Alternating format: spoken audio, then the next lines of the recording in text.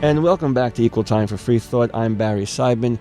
Equal Time for Freethought is your evidence-based program where we are informed by scientific naturalism and secular humanism, and our mission is to discuss the underlying philosophy and scientific evidence for progressive social change, the kind of change that could bring us a more peaceful, equitable, and fair society. We address issues from politics and religion to science, philosophy, social issues, and topics of specific interest to particular groups, such as women's issues, gender issues, alternative lifestyles, atheist issues, socialist issues, and anarchist issues. Today's guest is Dr. Joel Marks, Professor Emeritus of Philosophy at the University of New Haven in Connecticut. Marks has written numerous articles for professional journals and hundreds of op-eds and columns for newspapers and magazines. Since 2000, Marks has been a regular columnist for Philosophy Now magazine and is currently a Bioethics Center Scholar at Yale University. He has edited 2 books of philosophical psychology and is the author of 5 books on ethics, including Moral Moments, very short essays on ethics, Ethics Without Morals in Defense of Amorality, and the book we'll be focusing on today, It's Just a Feeling, The Philosophy of Desirism. Welcome to Equal Time for Freethought, Joel Marks. Hello, Barry. Happy to be with you. So, before we get into the crux of your latest works and the philosophy of desirism, I'd like to back up a little bit to talk about morality and free will. You've had a chance to listen to my interview with Dr. Waller, and while I don't want to critique his work without him here to defend it, I do want you to tell us about your own ideas on whether or not we have libertarian, or what's called libertarian free will. And what does that have to do with either morals or ethics in the first place? I suppose I would have to say that libertarian free will, as you labeled it, is something that I would find hard to accept. It seems just a mystery. There does not seem to be any room for us to be able to just do things ex nihilo, as if every single act or decision of a human being were a creation as marvelous and mysterious as the creation of the entire universe by God. A far more straightforward way to account for both what we do when we perform an action and even for why we feel that we are doing it freely, or even as if we were doing it ex nihilo, out of nothing.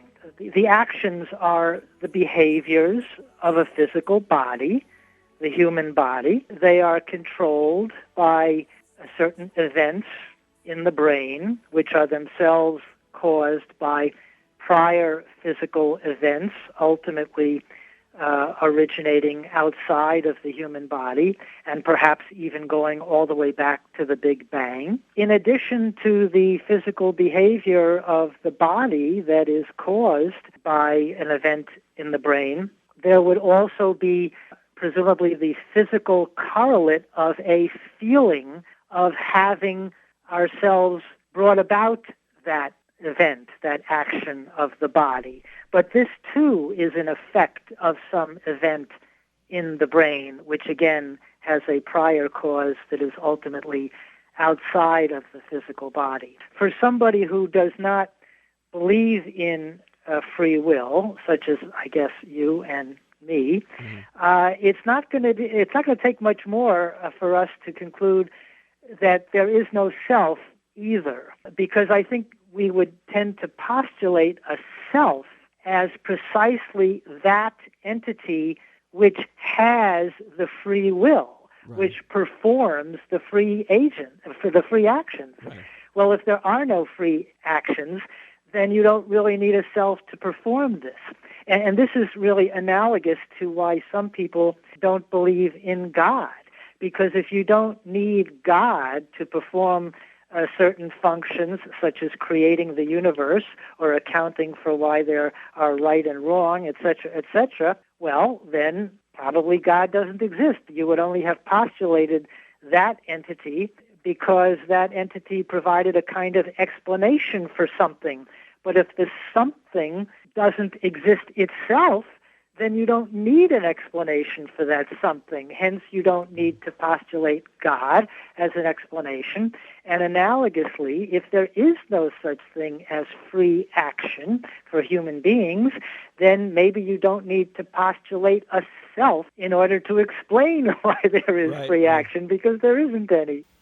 Could you explain what you mean when you use the word morality and why you think it's obsolete? My view of morality is just that it's some kind of categorical command placed upon all human beings. It might be one command, it might be a set of commands like the so-called Ten Commandments in the Bible, but what its chief characteristic is that it is required of us regardless of our desires. It may be the case that we are being commanded to do something, or that, as we say, we ought to do something, even if we desire very much not to do it. Even if our considered desire, our thoughtful and rational desire, is not to do it, it might nonetheless be an obligation that we do it or not do it. What is desirism? Where did it come from? And how can we apply it to modern human behavior, the good, the bad, and the ugly? I guess I'd have to preface an answer by saying that I don't think that the kind of morality I just described to you exists. I don't think it exists any more than I think libertarian free will exists. Okay. It's a myth. Or an illusion, I suppose you could say. We certainly have moral feelings. Most of us believe that morality exists, but I think that belief is a false belief. When you say there's no such thing as that kind of morality, that it's an illusion or it's a false belief, like in libertarian free will, what do you mean by that kind of morality, and why is it an illusion?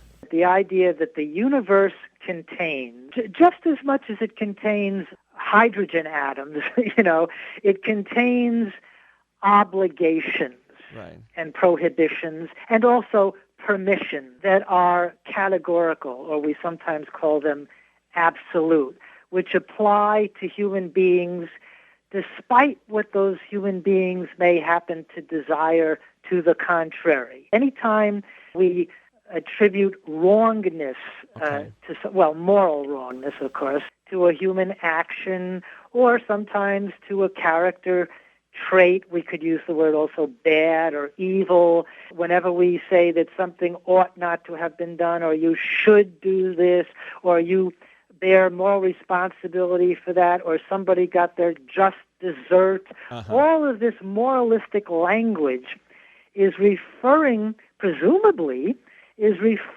to a set of truths which exist, as I say, just as much as the truths of physics, the laws of physics are presumed to exist.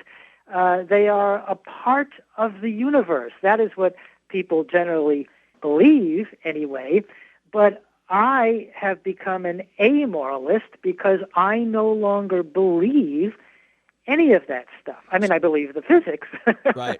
But I don't believe that these moral attributions refer to real properties of anything in the universe. That was a big differentiation between moral responsibility and moral language that I had with Dr. Waller when we had on the show. Sometimes using these words in ordinary English, the way the culture uses it, is very confusing. Language is, a confusing phenomenon to begin with. Natural language is always very confusing, and English is especially rich in that regard. It's a much less regimented language than others, so maybe the kinds of things that I'm trying to say might be spoken more clearly in some other language. I just don't know.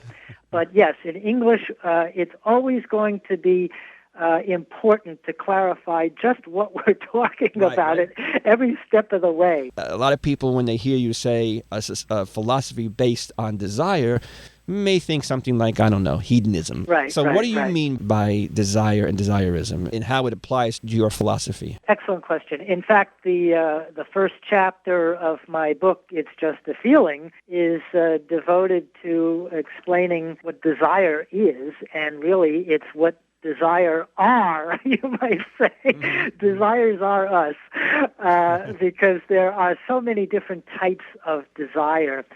And I have to give a very unsatisfactory answer to your question by saying that I do not have a theory of desire, because I think there are many, many, many, many different ways that we use the word desire.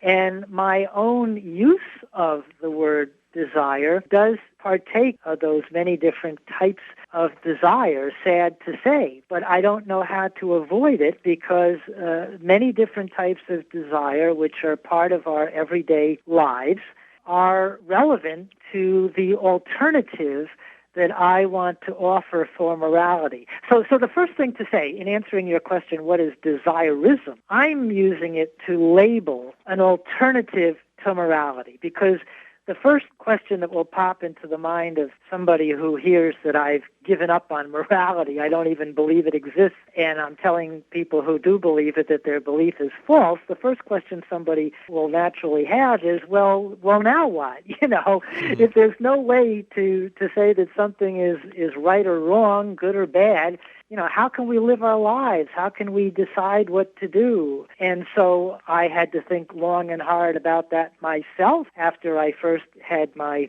what I call my anti-epiphany, which really was a shocking revelation for me. I could no longer bring myself to believe in morality. I literally did not know, how I should go about living my life at all. I was almost afraid to go out the front door, as I explain in my book. I was so used to relying upon moral reasoning as a way of figuring out what to do and what not to do that, suddenly this being gone, how could I do anything? So I had to think through that. And fortunately, I had no idea where my thinking would lead me. Fortunately, I did come up with what I believe is a solution, and the solution is what I label desirism. And I call it desirism because it seems naturally to me to describe my solution in terms of desires, even though there are so many different, or maybe especially because there are so many different types of desires. So yes, sometimes we mean sensory or sexual desire. Just by that word desire alone, it can bring to mind the notion of sexual desire. But the very term sexual desire will give us a clue that sexual desire must only be one type of desire, because otherwise it would be a redundancy. So the more generic term want might be a rough synonym for the broad range of phenomena that I'm labeling desire. But the notion I'm talking about is totally commonplace. So what I'm saying in a nutshell about desire is that we have sufficient basis for deciding what to do on particular occasions and even how to go about living our life in general on the basis of the gamut of desires that fill our psyche and our soul, with one very important proviso. Desirism, as I use the term, holds that our desires should be vetted rationally in terms of, the best available relevant information and experience. That answers the obvious question of that you can get from a naysayer, that they might say, do what you want, get what you want, it doesn't matter how it affects anybody else. It's all about hedonism. It's not about need, it's not about morality, obviously, it's amorality. It's just get what you want and we'll all be happy. How would you address that kind of critique? Oh, yeah. Again, there's certainly such a thing as selfish desire, or the more so-called enlightened egoism, which is not mere selfishness. And a classical hedonist like Epicurus would advise us to be enlightened egoists. But that's not what I'm talking about. Because again, that is a type of desire, but it's only one of the many, many, many types of desire. And just as somebody can have a purely selfish desire or a more enlightened egoistic desire, one can also have a purely altruistic desire, a benevolent desire, and so forth. And so all I'm saying is that once one has examined one's own desires in light of, maximum information about reality and about oneself, whatever desires one then ends up having and in their order of strength or priority, that would be, to act in accordance with those would be to live the ethical life. And I would furthermore predict that most, if not all, people who did undergo this ethical process of what Socrates would have called the examined life, of contemplating one's own soul and desires in terms of reality, I would predict that most people would discover that they have many non-selfish, non-hedonistic desires along with their selfish and hedonistic desires, and that in many cases we human beings will quite naturally, given a somewhat ideal circumstance for reflecting upon life and being in a position where one could become fairly well educated about what is really true of the universe and so forth, I would suppose that quite naturally people would discover that they have many very powerful, other-directed, benevolent, compassionate, etc.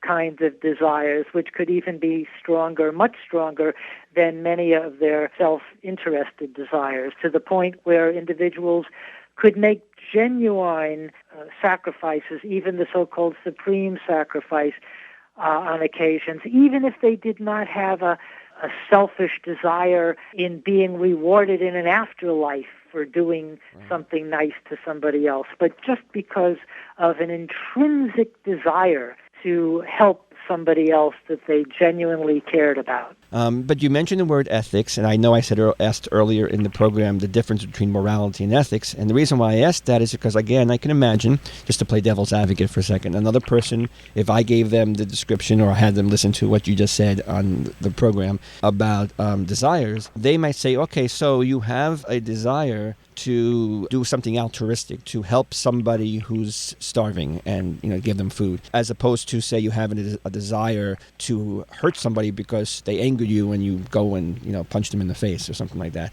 People who are entrenched in morality talk would say, well, wouldn't you say, Joel, that the former desire is a good moral desire and the second desire is an immoral desire? Okay, first of all, again, up front, as it were, we're dealing with words, as always, right? So, of course, there's going to be a lot of misunderstanding just at the level of words, and we might find that if we could get past that kind of misunderstanding, we might actually agree on a lot.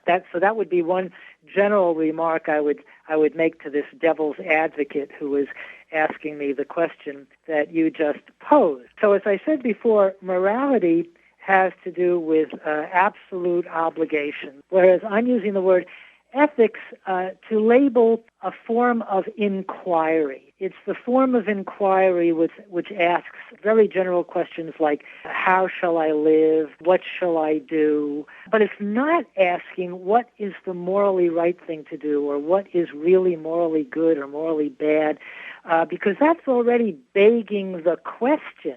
Morality, it seems to me, is one type of answer that somebody can give to the question of ethics.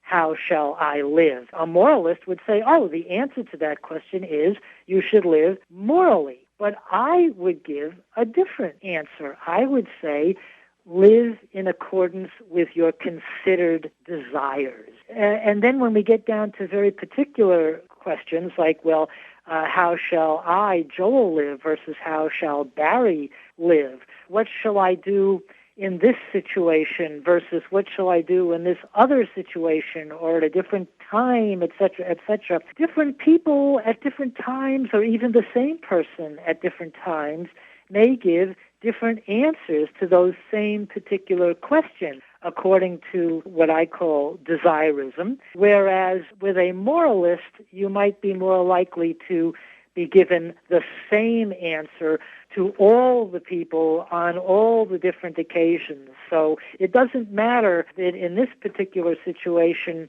a desirist might decide to lie, whereas in another situation, the desirist might decide not to lie. The moralist might say, well, it's wrong to lie, period. You shouldn't have done it in either case. Right. You talk about how one goes about deciding what their desires actually are, and then how to achieve them. And I'd like to address this in two different areas. One, on the mega scale of our society, how can we decide in our current capitalistic, moralistic, hierarchical, religious society what those actual desires are and how to achieve them? Maybe you can address that larger societal issue in a personal way by saying, how did you come to know what your desires were, and then what did you do to try to achieve them? You know, this process of desirism is not really anything new. You know, when we're faced with a choice, it's a very ordinary procedure to reflect upon the options available and the reasons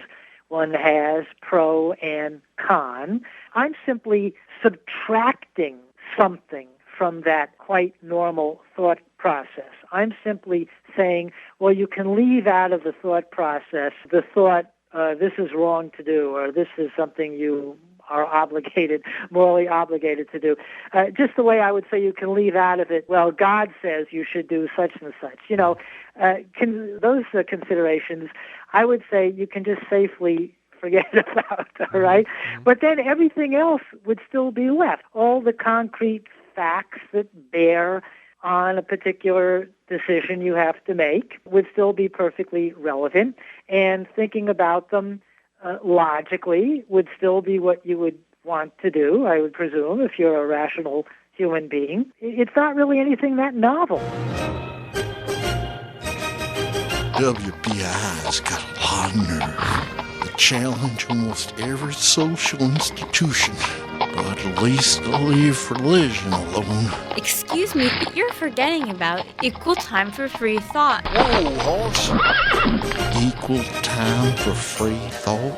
Yes, on Equal Time for Free Thought, they show how a naturalistic worldview can help us become a more peaceful and just society. That sounds interesting. When's this program on? Every Saturday afternoon, from 3 to 4. Are they the result of some kind of miracle?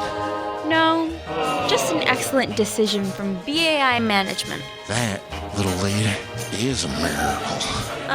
Whatever. All right, I'm writing it down now. Equal time for free thought, Saturdays, 3 to 4. That WBAI really does got a lot of nerve. Hey, I want you all to listen up close now, because what I'm about to say is of crucial importance to your well-being. See, let me explain something to you. This listener-sponsored radio thing, this can only work when everybody does what they're supposed to do. You do your part helping out with the monthly overhead, and then you get respect from a radio station that you deserve. Now, for most of you, that's no problem. But I'm sorry to say, there's still a few of you out there that ain't doing the right thing. Now, if you're taking something, but you're not giving anything back, I think you know what we call that. And there's no excuse for it. So shut up and do what I'm telling you, or the whole thing's gonna be out of my hands. So listen up. What you're gonna do is you're gonna become a BAI buddy. Yeah, that's what I said, a buddy. You go online, you go to WBAI.org, and you sign up for a small monthly contribution, and that's it, you're good. And this is particularly important now because, as I'm sure you know, the organization's been hit especially hard in recent times, what with the storm and the flood and the violence. Alright, so maybe there actually hasn't been any violence so far. And you know, we take very good care of our buddies. For example, in addition to what we do for you right here, 24/7, every day of the year, We also arranged for some very lovely perks for our BAI buddies, such as discounts for things like renting a zip car, or visiting the museum of the city of New York, shopping at Revolution Books, or seeing shows at the Joyce Theater, or getting a 40-yard container removed from your premises, no matter who's inside. Right, I'm exaggerating. Anyways, now you've been warned, and you know what you've got to do, so don't make us not come over there.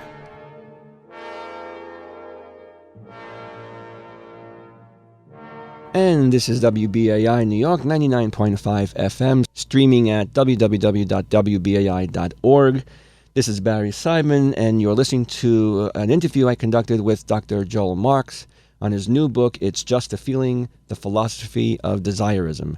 And now we'll get back to the discussion. Maybe we need to hit on specific examples. You're a scholar of bioethics, for instance. Let's take it a little bit more broad before we get really personal. But as a bioethicist, you've had to make decisions or discuss what's ethical or not ethical using desirism, or rather avoiding moralism. Right. I mean, there was the Terry Schiavo case, or there's the case of abortion, and then there's criminal justice, like the long drawn-out case of Jodi Arias, the woman who killed her ex-boyfriend, and who's now facing the death penalty.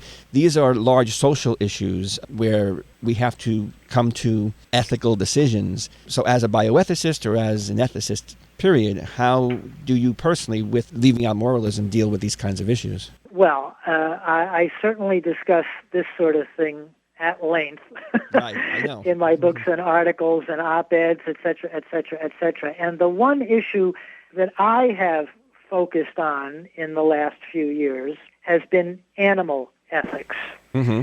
And that has really been my specialty as a bioethicist recently. And it's a much neglected area in, what shall I say, the media, because you mentioned some of the big areas, criminal justice, medical ethics, which capture the headlines and people are always obsessing about, which of course are important issues. But it amazes me the magnitude of the issues in animal ethics. I myself was not at all clear about their magnitude before I began to specialize in this approximately, let's say, 6 or 7 years ago. It came about almost by accident. And I became instantly appalled at the amount of cruelty that human beings impose on other animals that is, even from a certain perspective, and certainly just in terms of sheer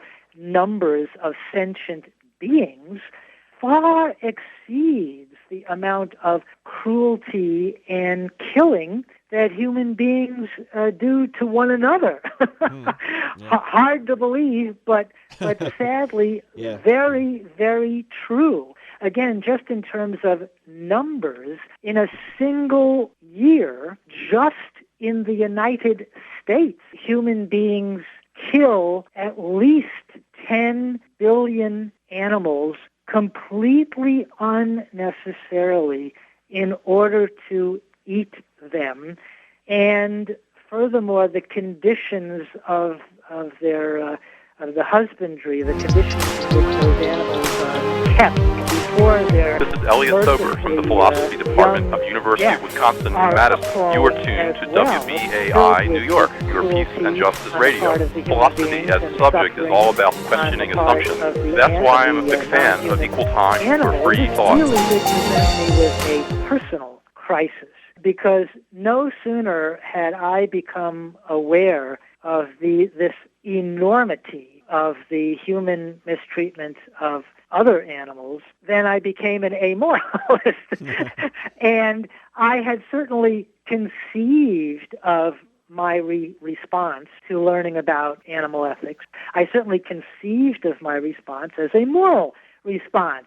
And so now that I found myself no longer believing there was even such a thing as right and wrong in the moral sense, what was to become of my feelings about the way we treat other animals? Could I have any basis whatsoever for condemning this cruel treatment, abstaining from it, etc., etc.? So I did mightily contend with that problem for, a few years, really, and was writing like crazy and talking about it like crazy and reading like crazy and so forth. And again, I think that I finally have come up with a solution. It's not going to give us back a rosy world where God's in his heaven and all's right with the world, but it's going to give us, I believe, a secure basis for leading a life that will be satisfying to many of our deepest desires and concerns. And so with respect to other animals, I now feel that the story goes like this. First of all, in my own personal case, I realized that the bulk of my response to all this cruel behavior that I was learning about was an emotional response having to do with the violation of some very deep, strong desires that I happen to possess. I don't really know exactly why I possess these desires. It may have something to do with my upbringing, with the era in which I live.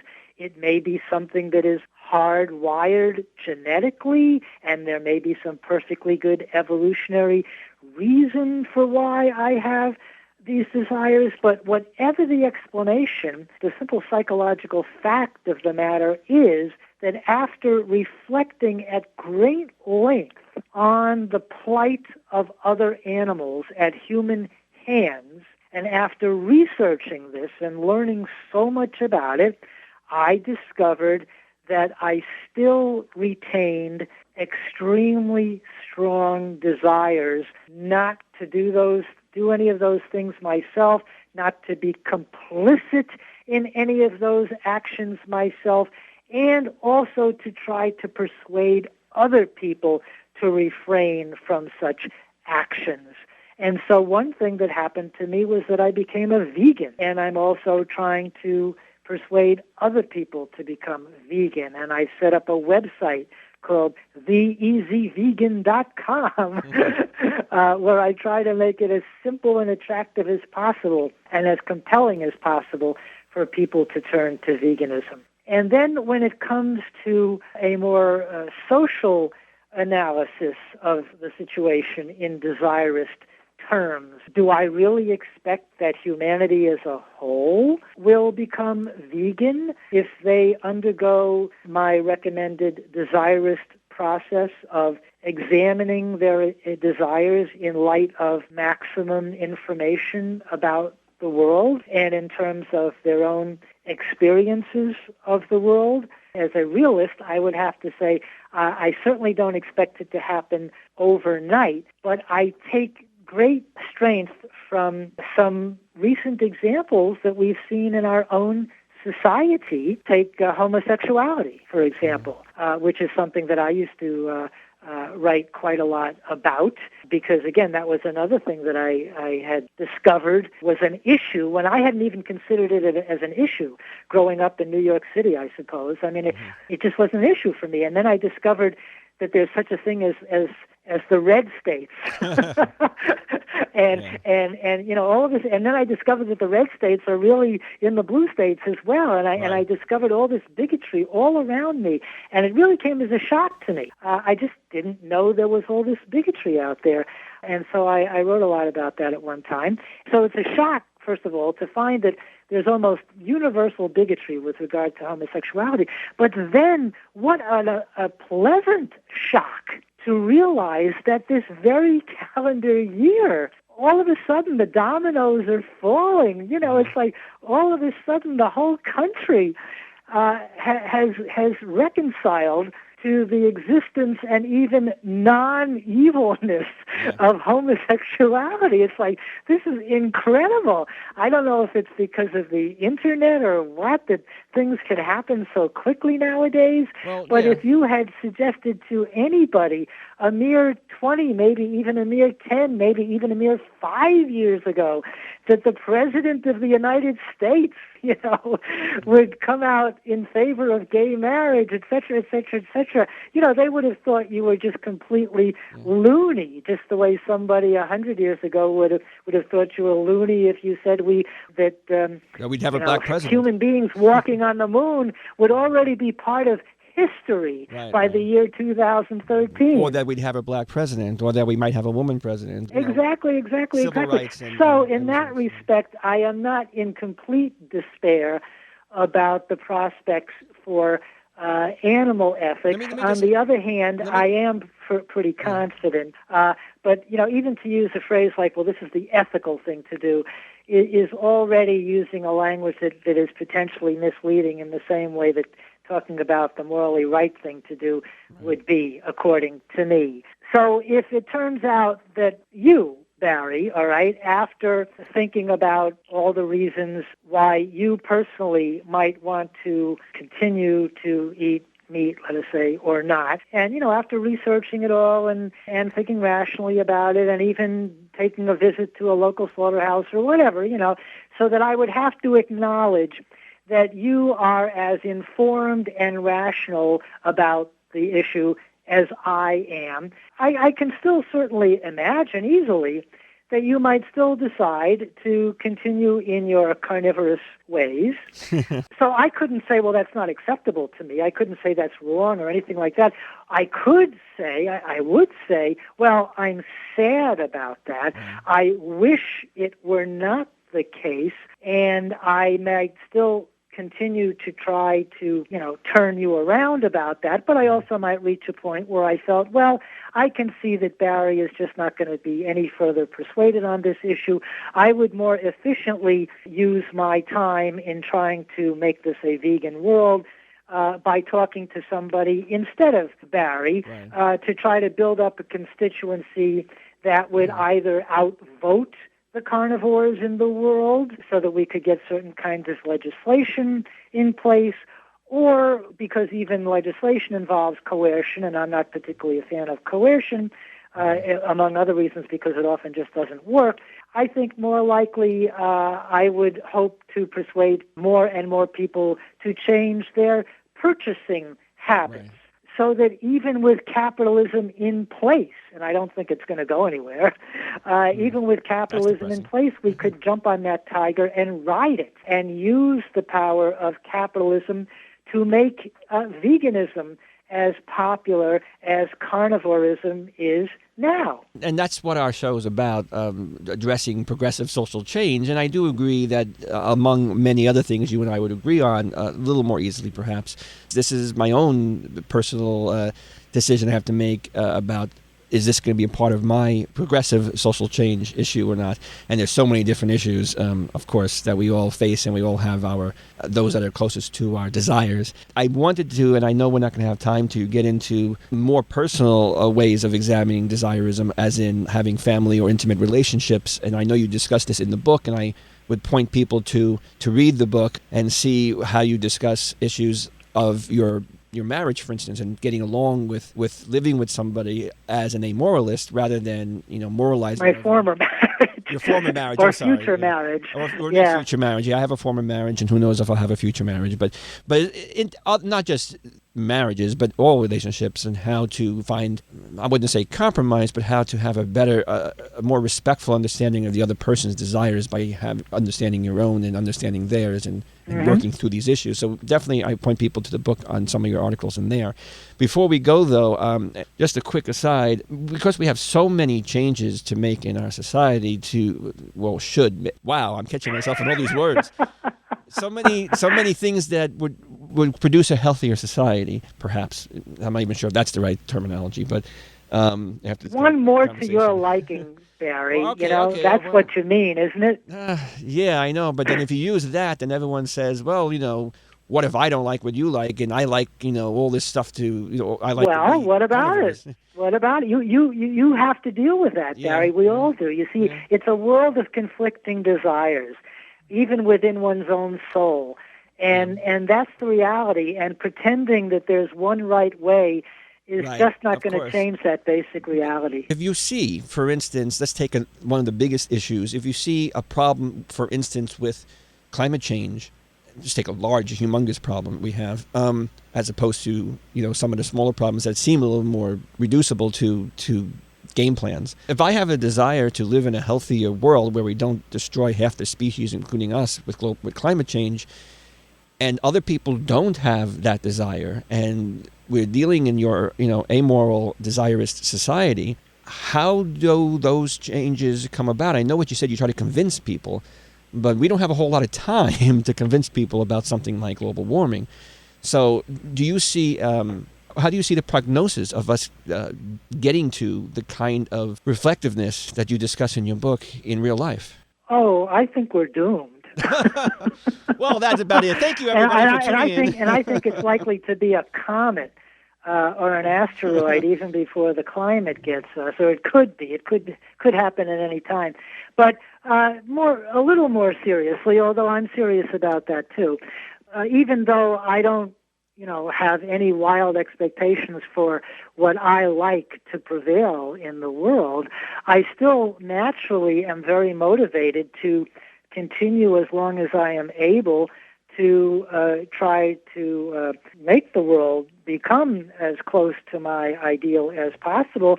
But I don't have any magic answers here. Again, most of my theory of desirism is identical to what goes on anyway. It's just a subtraction. It's just a suggestion that the more emphasis we place on gathering facts, engaging in rational reflection on those facts, and having rational conversations with all parties who have a stake in a particular issue, which in some cases is all of humanity, and listen as much as we are able to other types of animals as well, who also have a stake in lots of things that human beings have some control over.